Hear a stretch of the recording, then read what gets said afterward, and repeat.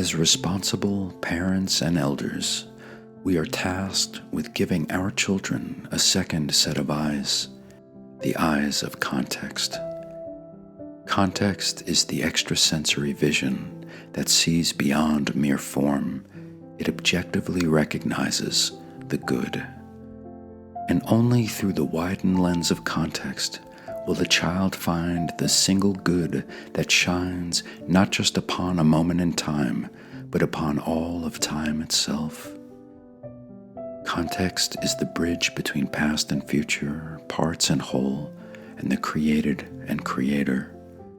And when these relationships come into focus, the child steps onto the luminous path of a life-affirming worldview. When the child receives his new extrasensory eyes, he will discern the hidden substance that holds reality together, a substance made of none other than the love between Creator and its creation. To feel that love is not an end in itself, but an invitation, a call to live in the affirmative where reality and the good meets.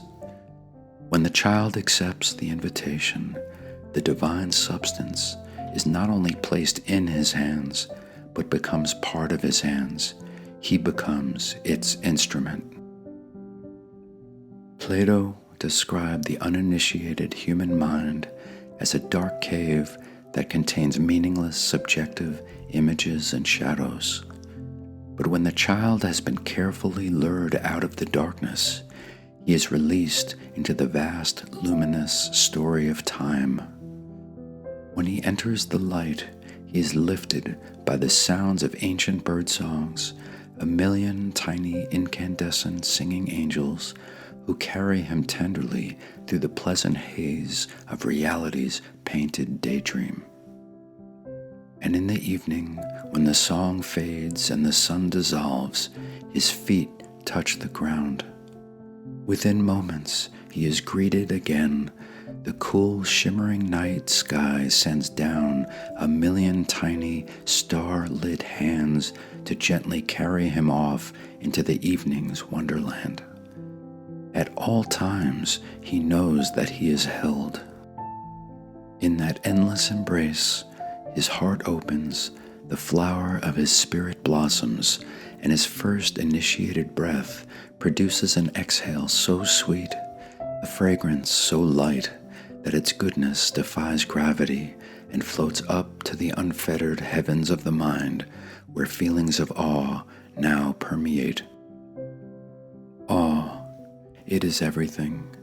It's the fuel for our highest potential. It animates the humanness of the human.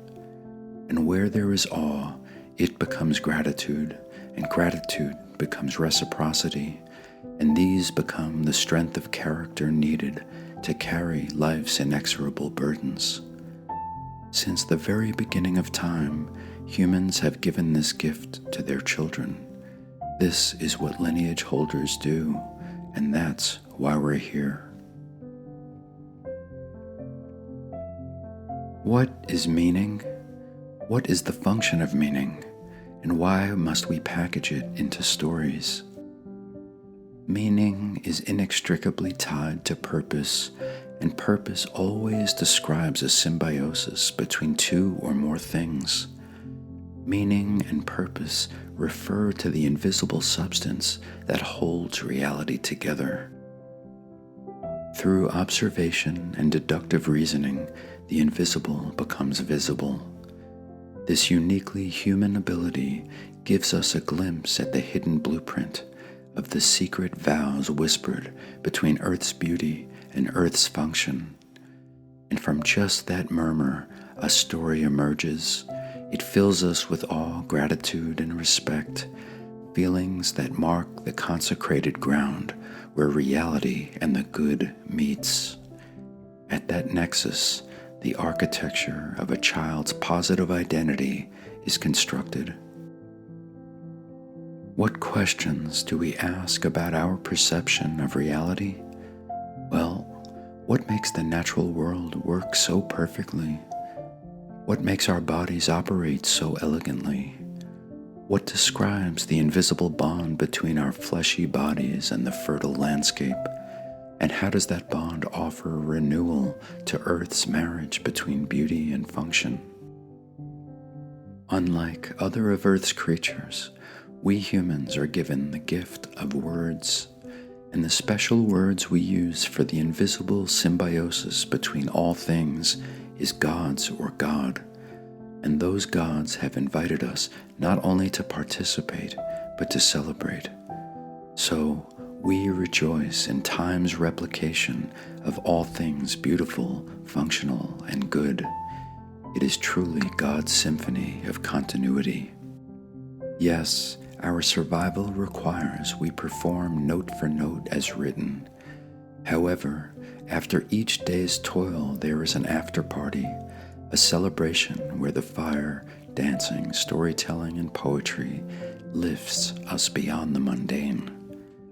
Not only does this fill the heart's reservoir with a gratitude-like substance, but the tap remains open, the overflow spills forth, which inspires us to fashion a God-shaped container to catch the omniscient sweetness.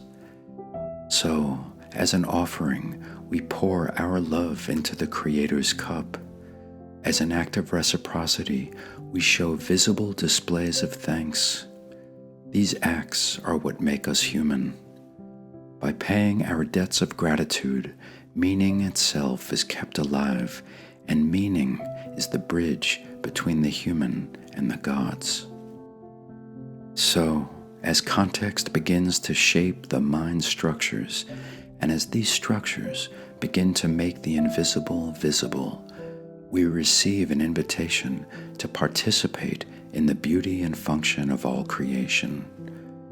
Invitation and participation keep a community together and make a lineage strong, and thus, any culture intent on preserving their continuity of lineage must preserve the initiations that make the invisible visible.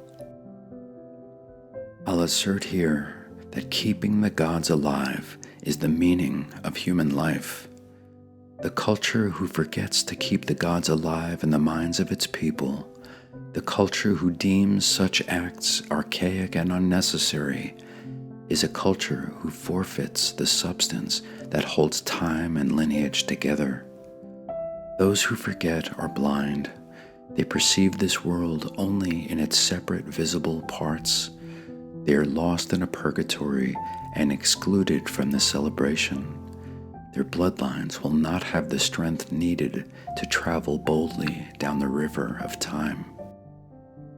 But for those who receive the story, they understand that it is more important than they themselves. That's what a lineage is, a people held together by an all-important story. Love is not about pleasure, it's about meaning, and only a story can deliver the love that our children deserve, and only those willing to defend the story with their lives will preserve that which holds a lineage together. Humans are story creatures. A human lineage is only as strong as its life-affirming story. So, if we don't uphold our lineage with the stories that affirm existence itself, then we have failed at being human. If keeping the gods alive is the meaning of being human, then we owe this effort to our children. We must tell the stories that celebrate reality's visible and invisible structures. Those stories will allow our children to blossom into their full humanness, and only in their full humanness will they become protectors of their lineage's future. That's what it means to be human, and we mustn't let today's temptations towards safety, comfort, technology, and corrupt outsourced leadership take that away from us. So, we're here to return meaning to its proper place in the human experience.